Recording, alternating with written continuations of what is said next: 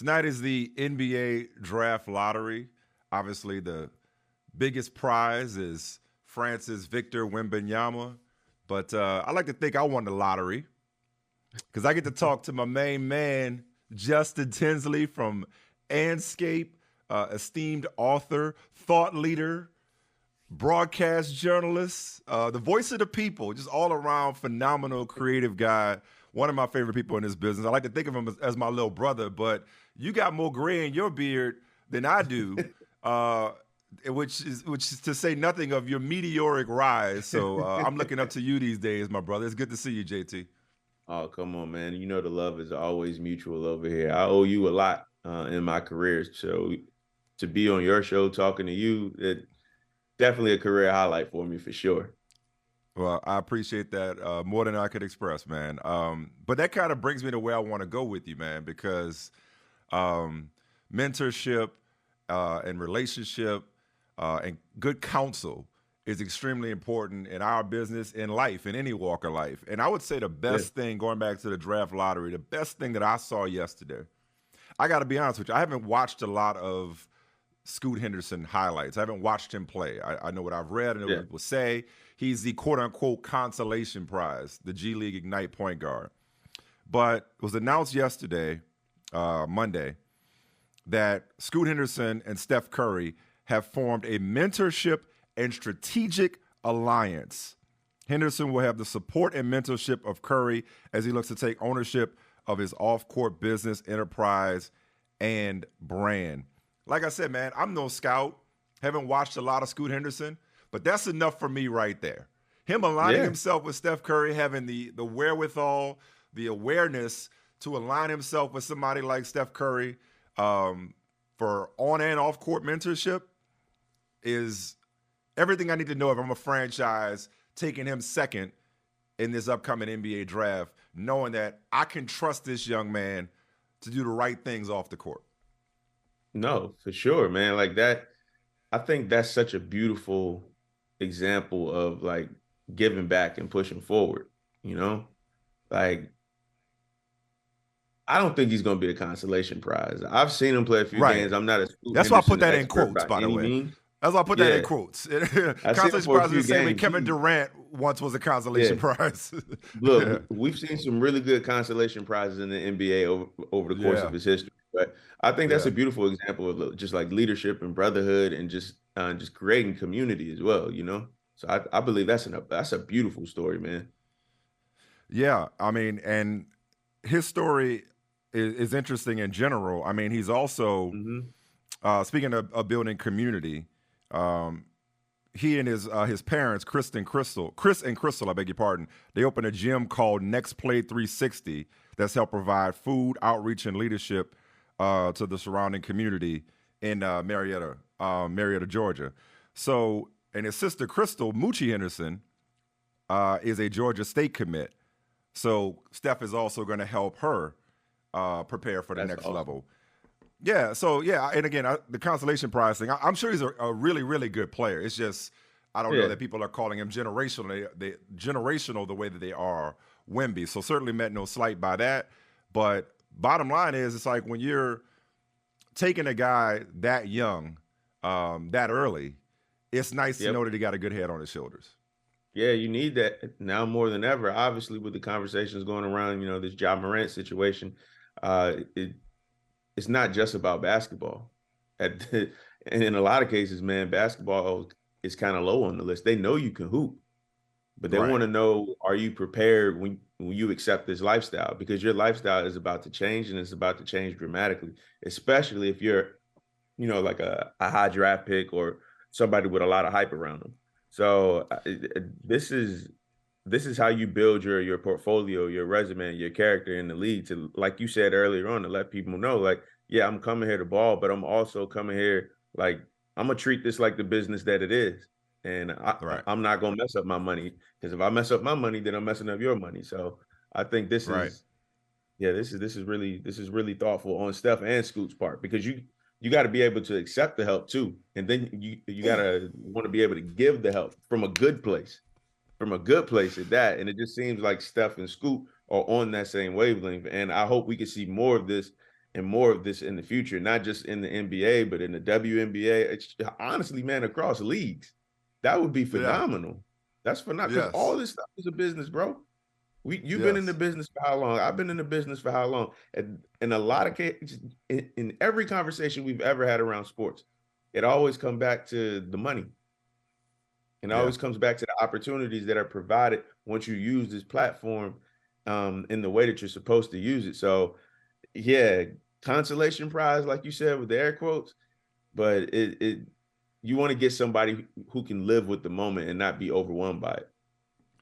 Man, you want to talk about same wavelength? That's twice you have like beat me to it. Cause I was first, I'll tell you the second one in a second as we pivot. But I was gonna say, man, like it says something about Scoot that he's open to receiving guidance. Now you might say, Mm-hmm. well, duh, it's Steph Curry. Mm-hmm. Who wouldn't want to be connected to Steph Curry? It's like a lot of these young dudes ain't trying to hear it. Unfortunately, they think they got it all figured out, or they're only trying to stay connected to the people that they've been with from day one, with their day ones, or also Mm-hmm. too, it's like being receptive to somebody that's going to tell you not what you want to hear, but what you need to hear. Talking about giving it and coming from the right place. I don't think Steph Yeah. Curry would align himself with somebody who wasn't like-minded, who wasn't about the right kind of values, and who could bring embarrassment to his brand. Like if you're Steph Curry, you don't have much to gain beyond just the fulfillment of giving back, of reaching back and helping the next Mm-hmm. generation, which is Yeah. significant. But you have a lot to lose if you align yourself with the wrong person who makes you look bad. So if you're Steph Yeah. Curry, he obviously clearly vetted Scoot Henderson, vetted his family, vetted this kid and what he's about to say, you know what, here's somebody who I want to align my brand with and pour into. Because somebody told me a long time ago, JT, knowledge is the only thing that you can give and not lose. You can give your time Yeah. the way you're giving me right now. You can give your Yep. money, but you can give knowledge and never lose it. There's no harm in passing it on. And so for Steph to do Yep. this says a lot about Steph, which we know, but not all people would be inclined to accept mentorship and be in a strategic alliance with somebody that's going to keep it a buck with them at all times. It would For just be sure. about making the bucks, not somebody keeping it in the buck with them. No, no, that's for sure, man. And one of the, you know how it is when you're younger, you got your pride, and like you said, you think you have the world figured out. But now more than ever, we see how the world changes so quickly around us. And somebody told me something recently. It was like every like 3 to 5 years, excuse me, every 3 to 5 years, I do like a self-assessment check. Like, all right, Mm, what do I want to do in these next 3 to 5 years? What do I want to do then? What do I want to do? Um, and how do I get there? And honestly, within this business, you want to be able to network from, an honest and a well-intentioned place. So sometimes it's hard to ask for that help, and I get that, but the guys that do, the young women that do, that understand is like, yo, where do I want to go and how can I get there and make some real change off of that? Like I yeah, can't be saying I want to do this, that, and the third if I'm not preparing myself for it now. And with this Scoot and Steph thing, I think that's Scoot seeing Steph, and obviously, yes, oh, of course, it's Steph Curry. But yo, I got a chance to align myself with the greatest shooter of all time, the guy who quite literally changed the game of basketball. I mean, mm-hmm. he's not even the first ballot Hall of Famer. Dude is already in the Hall of Fame, but he's still hooping right now. And if you Yeah, got a chance to yeah, learn and soak up game under that, man, that it may not get, excuse me, it may not guarantee you averaging 30 a game, but right, it definitely can guarantee you to set yourself up in other ways and like even beyond basketball. 100%. And the second way you beat me to it was I did intend to juxtapose it with Ja, because Hmm. it's been it seems like it was just yesterday. It's been 4 years since Ja Morant was the quote unquote consolation prize of the 2019 Yeah. draft behind Zion Williamson. Um, and you couldn't have told me that we'd be here now talking about Ja Morant the way we're talking about Ja Morant right now. And JT, like I said, man, you one of the most thoughtful dudes I know. Not only do you have a good head, you have a good heart. I'd like to think that I do as well, and I've tried to approach over the course of my career difficult conversations, real life conversations from a place of compassion. But I'm fresh out of that right now for Ja. And maybe there is something going on in his life. Maybe there is an issue, an underlying issue. But I have a hard time buying the idea that he was pushing about stress and anxiety um, the first time he got caught on IG with a gun. I just think he's suffering from a severe case of stupidity. And I'm not saying he is stupid. He's doing stupid things. Yeah. And I don't find myself with a lot of sympathy because this just seems like the behavior. This is just clown behavior. This is just immature clown behavior and somebody that needs to grow up. I hope and wish the best for this young man. I really do. But I don't know that the grace is good for him. The grace that he was getting from some places after the first incident, or the the way that the incident with his folks in the Indiana Pacers and the alleged, which seems a lot more believable now, but the alleged laser pointing out of a car incident that the league investigated, or the Foot Locker incident, or the kid that claims he got beat up at his house. All of this stuff taken in totality feels like we're going about it all wrong. By we, I mean everybody. I mean the NBA. I mean the Memphis Grizzlies. I mean, his apologists. I mean the media. I mean everybody's going about it all wrong when it comes to getting this kid's attention. Am I making sense? No, it makes total sense, man. And this is such like a really complex topic to talk about because there's so many ways to look at it and so many entry points. Yeah. I look at it now like his goodwill, his credibility, or whatever was left of it has been shot. Like, and what's really is self-destruction, man, and that's really hard to look at and see it because then kind of like you're complicit to it. Like, oh man, we see this dude, and again, I don't know what he's dealing with in his personal life. I won't even begin to speculate that, but I know whatever it is causing his decision making to be horrible. Is in that decision making being horrible, it's felt in so many different ways, Mike. Like, of course, you got it from, oh man, what's the future of the Memphis Grizzlies look like? And then it's like, oh man, what's the future of like Ja in Memphis look like? And then you realize just how much money he's standing to lose because of all of He's this. already lost 40. He's already lost 40 million by not making all NBA team. He's already lost 40. If that don't get your attention, I don't know what does. He's already lost 40 because he didn't make the All NBA this year. He's not going to make it again next year because he's likely going to be suspended at least 30 games. And then you realize that suspension is without pay. So that new contract that was that is kicking in next year, that complicates that. And then you just got the whole, like, you got to look yourself in the mirror as a man and see like, yo, I am in a very rare position. I have a chance to change my family's life for generations. And I am out here posing with a gun on the internet.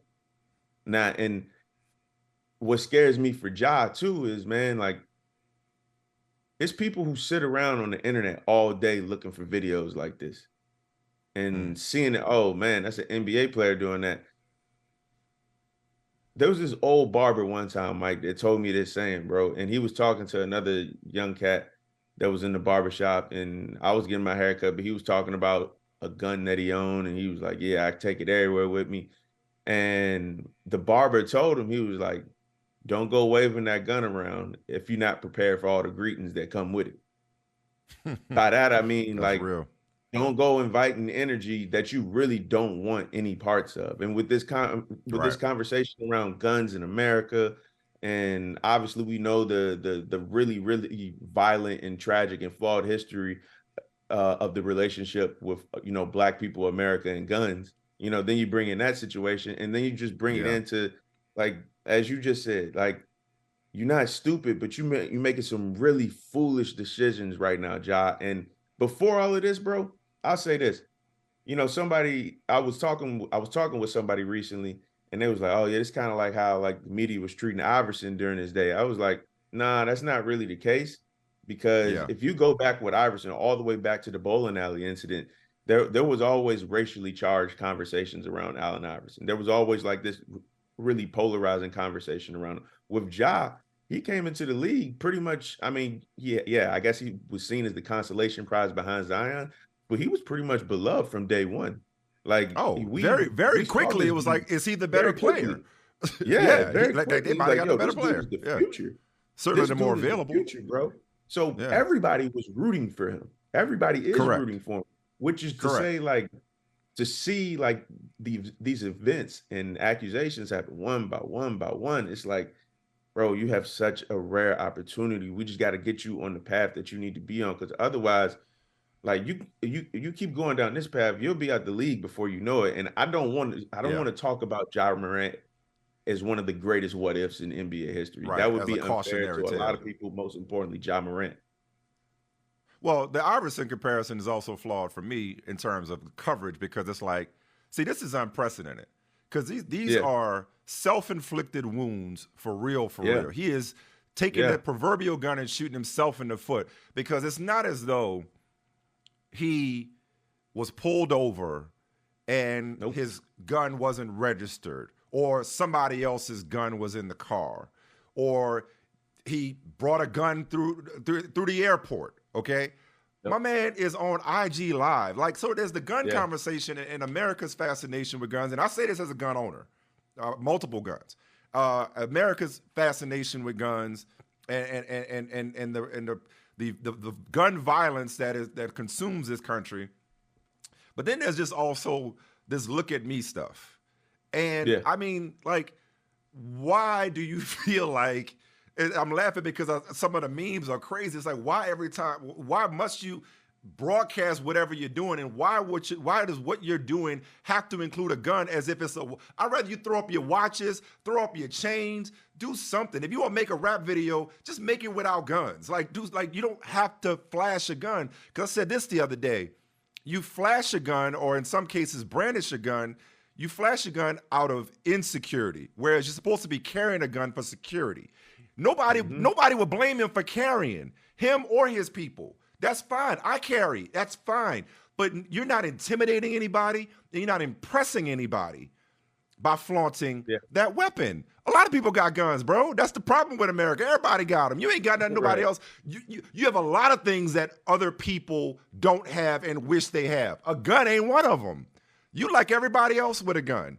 And so to sit there flashing it on camera is such a self-inflicted wound, and just in an unprecedented way. This isn't a bowling Yeah. alley fight. This isn't. He hasn't even been arrested. He hasn't broken any laws, but he has violated the code. He has violated the policies of the NBA, of what is standard superstar decorum. And I just wonder, going back to the Scoot Henderson conversation, who does he have in his ear that can grab him by his ear or grab him by the collar and say, bruh, what are you doing? Because all the talk about, and the other difference is, this isn't, he bringing his people with him and they're bringing him down. Like, no, it seems like his boys might be the only one with sense, because on the latest video, his boy has sense enough to turn the camera away from him. Ja is the one that you can't take nowhere.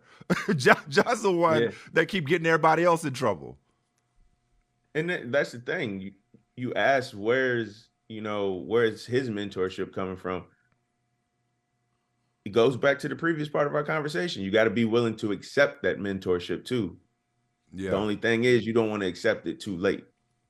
And these you hit the nail on the head with it. Like, these are self-inflicted wounds. There is nobody to blame but Ja Morant himself. Yes, we can get into the friends conversation, but as you said, like, he's been the culprit in 2 of these videos, and it's looking like Right. he is. Ain't nobody put the gun in his hand. Yeah, exactly. You know? And the thing, you riding around on IG Live with that gun again, that's just creating energy that you really don't want around you. Like, Ja Morant, you're not trying to get into a drive-by or a gunfight. No, man. Your real name is Clarence. Come on, your real name's Clarence. And Clarence's parents have a real good marriage.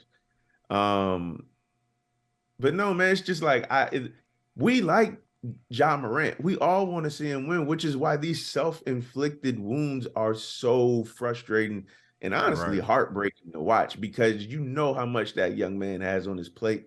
And honestly, that plate ain't even half full yet in terms of what he could ultimately bring to the table. But this impacts so many different parts of his life, most of which he'll probably never speak on. But when you're the one that's responsible for, taking care of the people you want to take care of, in particular, like your daughter, let's just say your daughter or your son, Yeah. your children, like you don't want to do anything that could mess up their life because you'll never really forgive yourself for that because you're put here to protect them. You're put here to make the best decisions possible. Right. Yes, we're all humans. We're all going to make mistakes, but you can't make mistakes like this because these mistakes are so easily preventable. And how are they preventable? Just don't go on IG Live, or just don't put a gun up in a video. Like that. Right. The Nobody solution said you is can't that simple. carry. No, I haven't Exactly. heard anybody say that you can't legally own and carry a No, firearm. there I is mean, I nothing would not wrong. I would not. I live in that glass house. I'm not gonna throw that brick. I'm not gonna Right. judge that. But if you've already gotten in trouble one time and gotten off lightly, why would you do it again? Like it's almost like that's why do you have this habit? But again, it's not just the IG thing for me, which is silly Hmm. and superficial.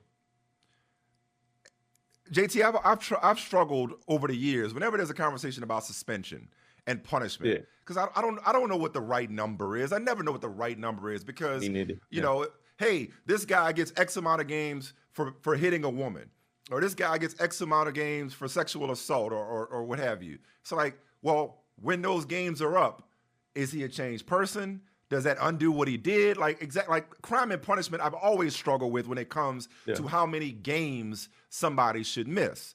So you mentioned 30 earlier. I've heard significant people have thrown out half the season.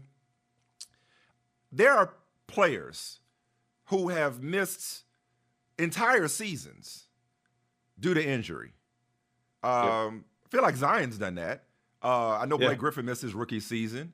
Embiid. Greg Oden, Embiid. Yep. This should be an indefinite suspension, if not a season-long suspension.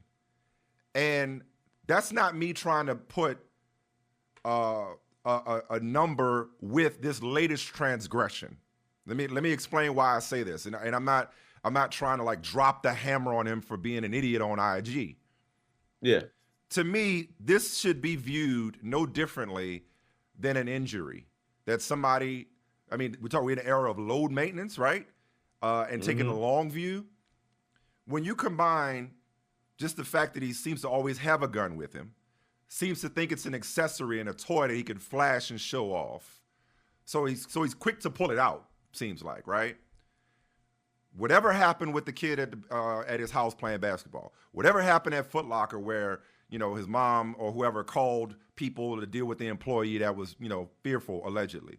Whatever happened with the Pacers personnel with the laser pointed out of the car, allegedly. All of those things in totality tell me that we're this close to this being really tragic. Not just a cautionary tale, but really tragic if something's not done to curtail this behavior. It's like, you're a father now. It's like with my kids. Like, I'd like to think that they would do the right thing for the right reasons and I wouldn't Hmm. have to threaten them. But sometimes the fear of consequences or something being taken away is the only thing that gets your attention. So suspension as a negative connotation, I prefer sabbatical. And I think this kid needs an extended sabbatical, indefinite at minimum, even if it takes the season to get his shit together. And whatever that takes.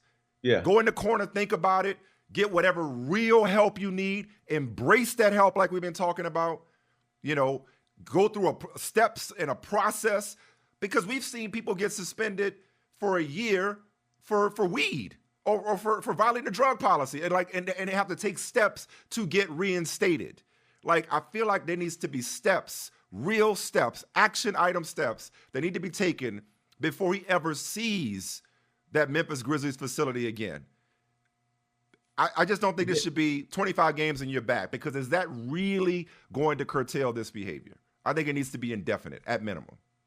It's going to be really interesting. And I don't even really know if interesting is the right word, but it'll be really telling what this decision from Silver ultimately says.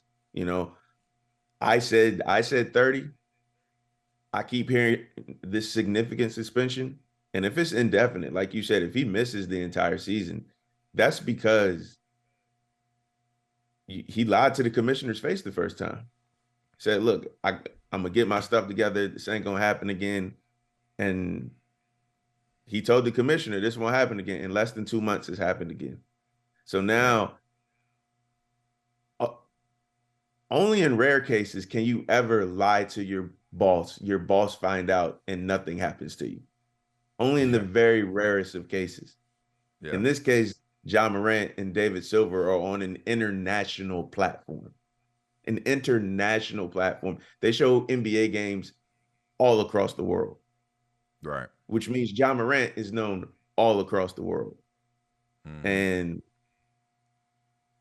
when you're an employee of an organization like that, and they tell you, look, don't do this again. We're going to give you these 8 games, and we're going to pray that you figure this out. Retroactively. But now it's like we messed up the first time with our decision, so now we got to double back on it. And so I say 30, but if it is the full season, which I would not be surprised, that will be one of the most definitive decisions in NBA history for sure. Yeah, and it would be for his own good more than anything. Hey, man. Yeah. This has been great. Real quick before I let you go, I'm so proud of you and everything that you're doing, whether it's your amazing book that's over your shoulder. It was all a dream, Biggie in the world that made him. That was the last time I talked to you when that first dropped.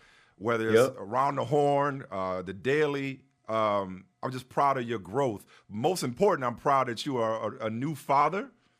And so I guess on the way out, man, because you piqued my interest, and we talked about this offline before, your every 3 to 5 years, your self-assessment. So 2 things. 1, when is the next one due? And 2, based off the last one, how are you doing? How are you doing right now? Okay. So I think the next one would be when I'm 40, because I try to do it on those, those solid years, the 5 and the 10s. You know what I mean? So I did 30, I did 35. Obviously, I'm 37 now, so 3 more years, I'll do it in 2026 for that. So in terms of how I'm doing, it's crazy to go back and look at that type of stuff, because your mind changes so much every day. The experiences that you have, the goals that you want to attain, they change so often.